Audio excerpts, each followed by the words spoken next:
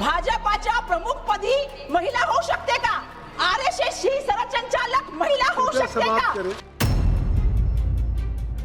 2014च्या नंतर 6 राज्यामध्ये फक्त 50% महिला ज्या आहेत त्यांना स्थानिक स्वराज्य संस्थांमध्ये त्या ठिकाणी जागा मिळालेली आहे. मणिपूरमध्ये महिलांची लग्न दिंडी निघते. आज या ठिकाणी महिला आल्या. मला अभिमान आहे महिलांचा. महिला या ठिकाणी बसलेत. महोदय, या ऐतिहासिक आणि महत्त्वपूर्ण अशा 131व्या कॉन्स्टिट्यूशनल अमेंडमेंट आणि डिलिमिटेशन ऍक्ट वरती बोलण्यासाठी सन्माननीय अध्यक्ष महोदय मी उभी आहे. हे केवळ एक विधेयक नसून आज जर आपण बघितलं तर अर्धी लोकसंख्या असलेल्या पूर्ण महिलांचं लक्ष आज या संसदेकडे लागलेलं आहे. कारण या संसदेच्या माध्यमातून त्यांना न्याय मिळेल अशी त्यांना अपेक्षा आहे. मी या ठिकाणी एक गोष्ट सांगू इच्छिते की जे लोक समजतात की भारतीय स्त्री नेतृत्वासाठी तयार नाही त्यांना मी सांगू इच्छिते की ही जी जमीन आहे, ही जी भूमी आहे, ही क्रांतिज्योती सावित्रीबाई फुले, राजमाता जिजाऊ, पुण्यश्लोक अहिल्याबाई होळकर, माता रमाई यांच्या पावन स्पर्शाने आलेली आहे. आणि ही जमीन जी आहे, ही भूमी केवळ फक्त महिला घर चालवते असंच नाही, तर महिला राज्य चालवते, महिला देश चालवते, महिला युद्ध लढते, युद्ध जिंकते आणि त्याचबरोबर महिला इतिहास घडवते. हे सुद्धा आपण सगळ्यांनी पाहिलेलं आहे. 14 एप्रिलला भारतरत्न डॉक्टर बाबासाहेब आंबेडकर यांची जयंती होती. जयंतीच्या निमित्ताने मी आपल्या सगळ्यांना सांगू इच्छिते की भारतरत्न डॉक्टर बाबासाहेब आंबेडकरांनी सांगितलं, महिलांचा राजकारणातील सहभाग हा केवळ अधिकार नसून खऱ्या लोकशाहीसाठी अत्यावश्यक घटक आहे. त्याचबरोबर त्यांनी सांगितलं की राजकीय सशक्तीकरण हे सामाजिक मुक्तीचे साधन आहे. आपल्याला माहिती आहे की भारतरत्न राजीव गांधी यांनी 73व्या आणि 74व्या घटना दुरुस्तीच्या माध्यमातून महिलांना पंचायत आणि महानगरपालिकेमध्ये जे आहे म्हणजे स्थानिक स्वराज्य संस्थांमध्ये जे आहे ते आरक्षण दिलं आणि महिलांना 33% त्यावेळेला आरक्षण मिळालं. 15 लाखहून अधिक महिला आणि 40% अधिक महिला ज्या आहेत त्या आज स्थानिक जे स्वराज्य संस्था आहेत त्यामध्ये प्रतिनिधित्व करत आहेत. मला आजचे जे विधेयक आलेले आहे त्या विधेयकाच्या बाबतीमध्ये बोलायचं आहे. कारण नारी शक्ती वंदन अधिनियम आणि डिलिमिटेशन यांना सलग केल्यामुळे आम्हाला या ठिकाणी मोठ्या प्रमाणामध्ये याचा उद्देश काय याच्याबद्दल मोठ्या प्रमाणामध्ये साशंका होत आहे. कारण आपला राजकीय फायदा मिळवण्यासाठी किंवा विरोधकांना कोंडीत पकडण्यासाठी, बचावात्मक करण्यासाठी ते हे डिझाईन केलं गेलं नाही ना, असं मला या ठिकाणी सांगायचं आहे. नारी शक्ती वंदन अधिनियम हा खरं तर विधेयक या सभागृहामध्ये, वरच्या सभागृहामध्ये 2023लाच मंजूर झालं. काल मी ऐकलं की सिमरन जी ले तेरी जिंदगी असं कोणीतरी या सभागृहात बोललं.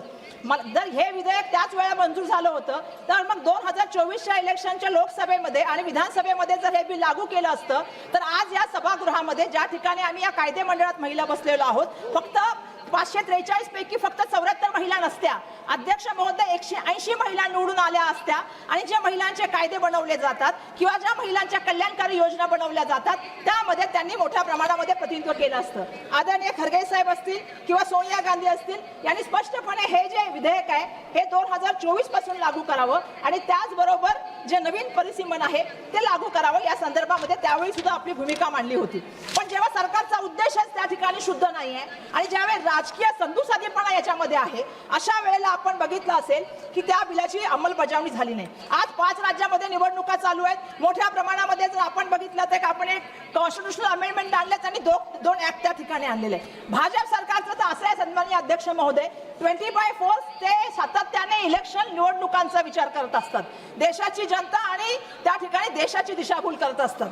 मला या ठिकाणी सांगायचं की महिला आरक्षण दाखवून तुम्ही डिलिमिटेशनचा अजेंडा तर चालवत नाही आहात ना, आणि या माध्यमातून एक अन्यायकारक आणि अपारदर्शक त्या ठिकाणची जी परिसीमन तुम्ही करण्याचं काम करत आहात त्याला आमचा विरोध आहे. हा संविधानावरचा हल्ला आहे त्याला आमचा विरोध आहे. आणि म्हणून मला या ठिकाणी सांगायचंय, मी काल भाषणं खूप लोकांची ऐकली आणि त्यामध्ये सांगण्याचं काही लोकांना इतिहास पण वाचला पाहिजे, इतिहास शिकला पाहिजे, काहींचा इतिहास थोडा कमजोर असू शकतो, पण मला सांगायला पाहिजे 2014 पूर्वी म्हणजे भारतीय जनता पार्टीचं सरकार येण्यापूर्वी सुद्धा 17 राज्यामध्ये 50% स्थानिक स्वराज्य संस्थांमध्ये महिला त्या ठिकाणी कार्यरत झाल्या होत्या.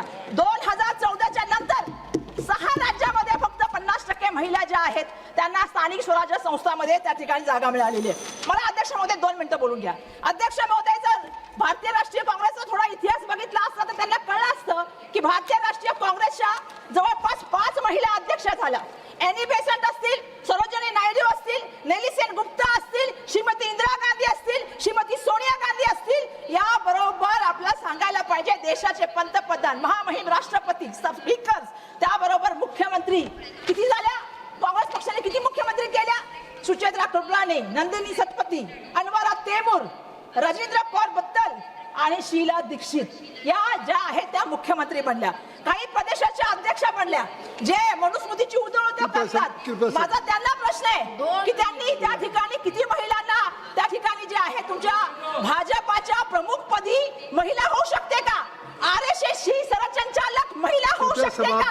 मला एक प्रश्न विचारायचा आहे. तुमची भूमिका काय आहे? तुमची भूमिका आणि तुमच्याबद्दल प्रश्न विचारण्याची वेळ आलेली आहे. ऍक्टिव्हिस्ट महिलांनी आरोप केला, ज्या महिलांनी आरोप केला यौन शोषणाचा, तुम्ही त्यांना फरफटत घेऊन गेला आणि ज्यांच्यावर आरोप होता त्यांचा सन्मान करण्याचं काम केलं. उन्नाव असेल, हाथरस असेल, कठुआ असेल, बदनापूर असेल, महिलांवर अत्याचार करण्याचं काम होतं. मणिपूरमध्ये महिलांची लग्न दिंडी निघते. आज या ठिकाणी महिला आल्या. मला अभिमान आहे महिलांचा. महिला या ठिकाणी बसलेत. मला प्रश्न विचारायचा आहे, मणिपूरच्या महिला या ठिकाणी आलेल्या आहेत. अध्यक्ष महोदय, मला सांगायचंय, जर भारतामध्ये आपण बघितलं नाही, अध्यक्ष महोदय थोड़ा डेटा तो देने दीजिए मुझे. आज महिलाओं के बारे में बात हो रही है. अध्यक्ष महोदय, मुझे एक और चीज कहनी है. महिलाओं के बारे में बात होती है, 1:30 बजे महिलाएं बात करती है और 11 बजे पुरुष बात करते हैं. और महिला विधेयक पे अगर महिला बात नहीं करेगी तो कैसे चलेगा? अध्यक्ष महोदय मुझे बताइए. आज मैं कुछ चीजें रखना चाहती हूँ क्योंकि महिला मंत्री भी वहाँ पे बैठी है. आज अध्यक्ष महोदय अगर भारत में देखेंगे तो 31,516 रेप केस की नोंद हो गई है. प्रत्येक दिवशी 86 बलात्कार. देशात प्रत्येक रोज 1000 महिलांवर त्या संदर्भामध्ये अपराधी गुन्हे होतात. बहुत से माननीय सदस्य को बोलना है. देशामध्ये प्रत्येक मुलगी शोषणाची बळी पडते आणि त्याचं कन्व्हिक्शन रेट काय? 27.4. बलात्काराचे 70 होतात. बिल्किस बानो असेल किंवा कुलदीप सिंग असेल. मला या ठिकाणी सांगायचंय, या विधेयकाच्या माध्यमातून मैं लास्ट में कंक्लूड करती हूँ. अध्यक्ष महोदय, मैं लास्ट में कंक्लूड करती हूँ कि मेरा एक ही कहना है, महिलाओं को आरक्षण मिलना चाहिए, ये विधेयक होना चाहिए. आमची स्पष्ट आणि ठोस भूमिका आहे की या ज्या आता परिस्थिती आहे याच्यामध्ये महिलांना 33% आरक्षण मिळालं पाहिजे. पण तुम्ही डिलिमिटेशन त्याच्यामध्ये करून, कायदे करून, त्याच्यामध्ये वेगळे करून तुम्ही ह्या देशाच्या संविधानाचं 22वा कलम ज्याच्यामध्ये जनगणना होणं याच्यावर 1972 मध्ये चर्चा झाली, 1973 मध्ये चर्चा झाली, 2002 चर्चा झाली, त्यानुसार करणं आवश्यक आहे. अध्यक्ष महोदय, तुम्ही संविधानावर हल्ला होऊ दिला नाही. श्रीमती रुचि बिराजी,